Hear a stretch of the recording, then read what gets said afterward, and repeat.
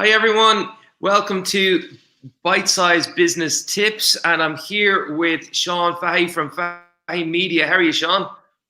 Hi John, how are you? Nice to be here. Great to have you. So tell us a bit about Fahey Media. What exactly do you do? Yeah, so basically I help small to medium-sized businesses communicate. So that can be a very broad spectrum, and I'm well aware of that. But basically we look at things like digital marketing, public relations, so your broadcast coverage and how you're generally perceived in the public, um, websites, and photo and video work. So basically, if you think of, is there a way that we're going to make stretches to make either our current audience better understand us, or to attract new audiences and get out maybe a new product or a new pitch or something like that you're doing with your business, that's something that I can help you with.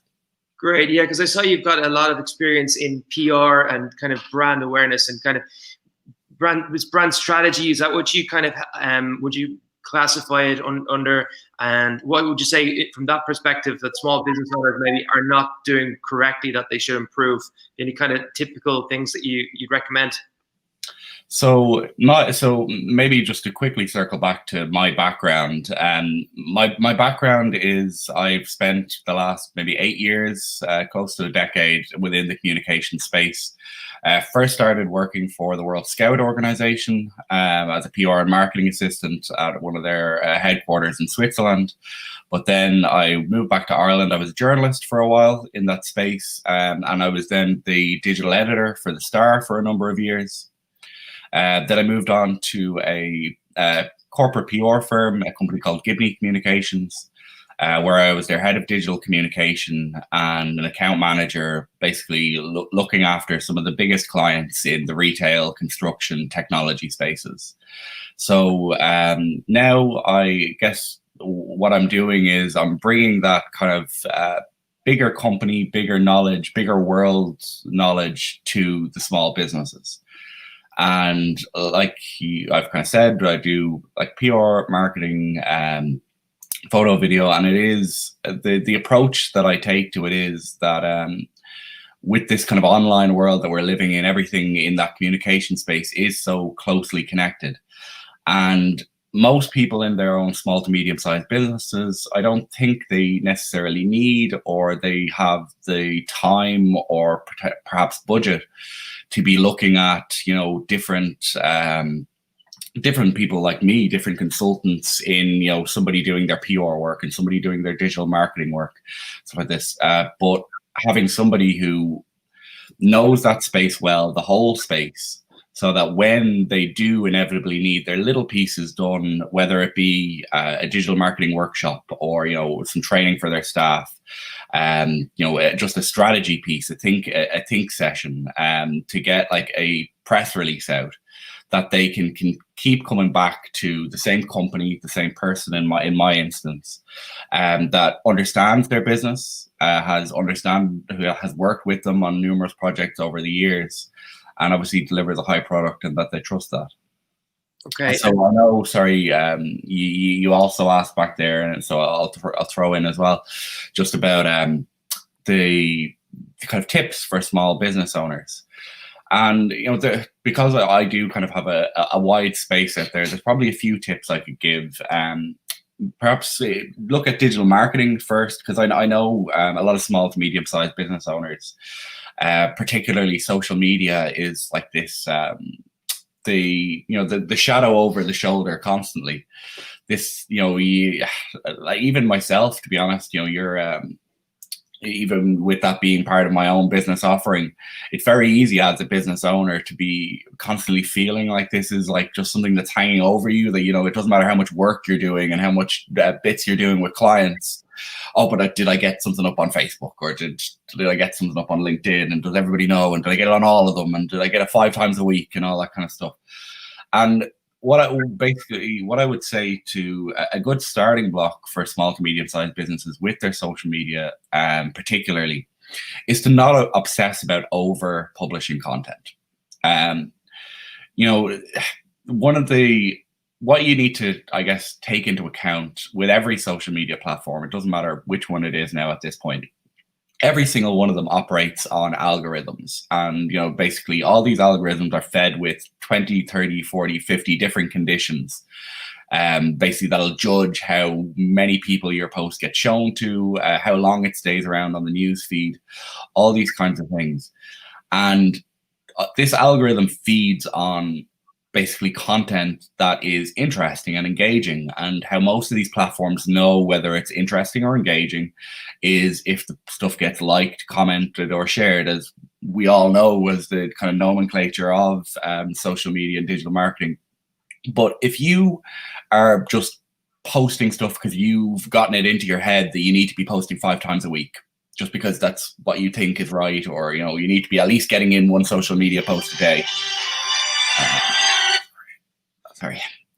Need to be getting in at least one social media post a day. It's just not the case unless you have the content to give. So if you if you have like great stuff that's happening every day, like perhaps you've maybe an example might be a baker off the top of my head who could be posting lovely photos of cupcakes every day, and they're always good for their Instagram feed or something like that. That's fine. But if you're a business who doesn't necessarily have like big news coming out every day, so do not be just posting stuff on social media just for the hell of it. And there's a very easy way to kind of structure yourself in that space, I find, and it would be just to get a handle on like 2 posts a week that you can plan out on a monthly basis. So, these can be like regular recurring things that you should always have like some kind of ammo of.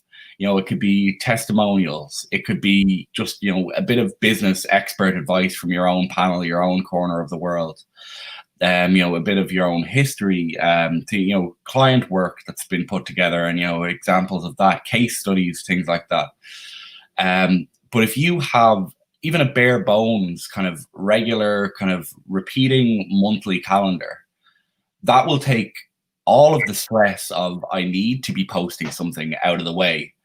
And then you can focus yourself on when those pop up little bits of news or big exciting things, stuff like that, happen on social media. You can just post them organically, and you're not necessarily like panicking that this is something that needs to go up because I haven't posted something in 2 weeks. It's amazing how much pressure and stress that can take off. Absolutely, I can imagine that. But just out of curiosity, because there are like automatic feeds from like RSS feeds that you can automatically into and post on your behalf. Have you got any kind of recommendations for doing that kind of thing? Like if you subscribe to a specific industry and specific keywords that might pop up, is that something to stay away from or to look into? Would you recommend? In terms of like media listening tools, because perhaps there was two kind of ends to that question, and you can correct me if I'm wrong. But in terms of like a media listening tool, in terms of like looking out for like words and maybe topics in your industry and stuff like that online, I would be telling most small to medium sized businesses that you don't need to pay for any listening software like that. Like, it depends on what industry you're in. It depends if you're obviously super focused on everything that your competitors are doing, and if it's a very contested space, you might reconsider that. But for the most part, those listening softwares are for the big companies. They're for the likes of Coca-Cola, who just gets mentioned 10 billion times around the world every day. You know what I mean? And they have teams who can sift through these absolutely massive amounts of tweets and comments, and all these good quality softwares of listening tools will pick out, they'll be able to pick out sentiment in tweets and stuff like that as well, and tell you, how much of the world is talking positively about brand A and how much of them are talking negatively about brand A. So I wouldn't be getting too obsessed in listening software, to be honest, for, like I said, small to medium sized businesses. You can do, basic things like the simplest and quite powerful tool I find in just a small to medium sized business checking out their competition or looking for industry stuff is just setting up Google Alerts. Google Alerts are cheap, easy, and so quick handy way to do things.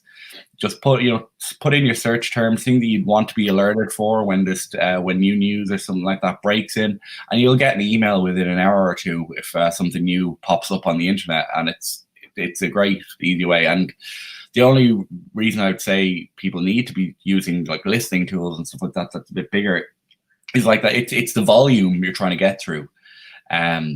And sorry, there was and then perhaps the second part being kind of publishing and scheduling.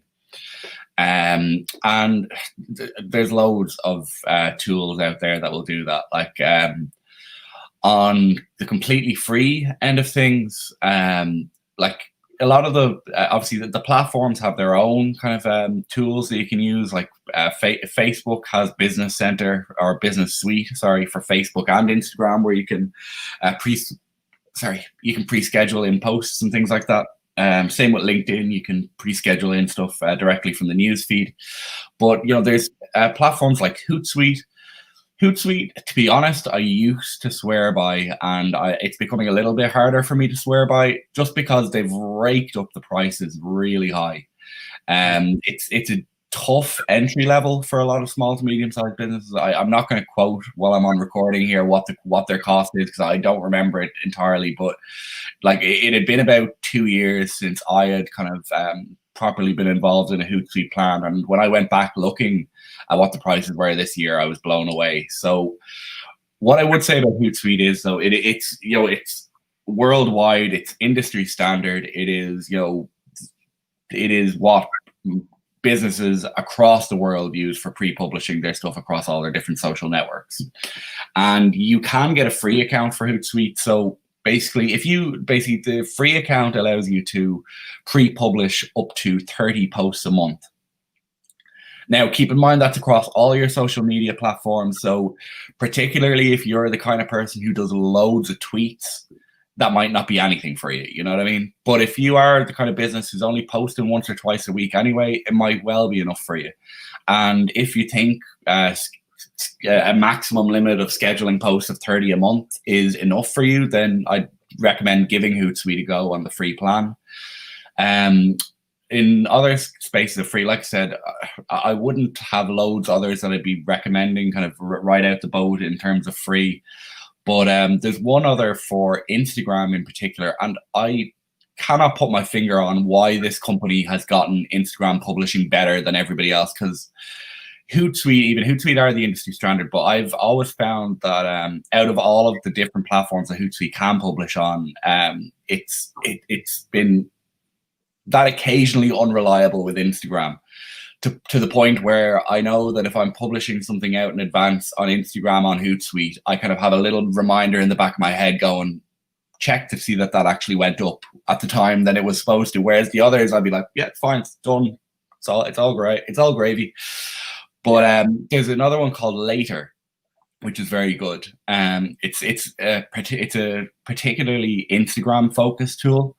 It works a lot better. It works a lot cleaner. They have like their own kind of Shopify kind of style tool as well that you can use, that basically it's called link in bio, but basically you may or may not be aware, but on like Facebook and Instagram, Twitter and everything, you can put links in all the posts you want, but on Instagram you can't put links in your posts.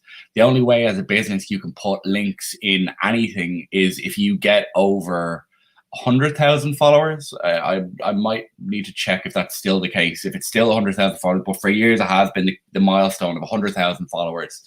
And then you can put stories on, you can basically put links in your stories on Instagram with the swipe up that you often see, and that's only for big businesses. But otherwise you can only put one link in your bio. We often see people saying, I'll go to our bio to check out, or whatever deal we're after pointing out, go to our bio to check a link on it.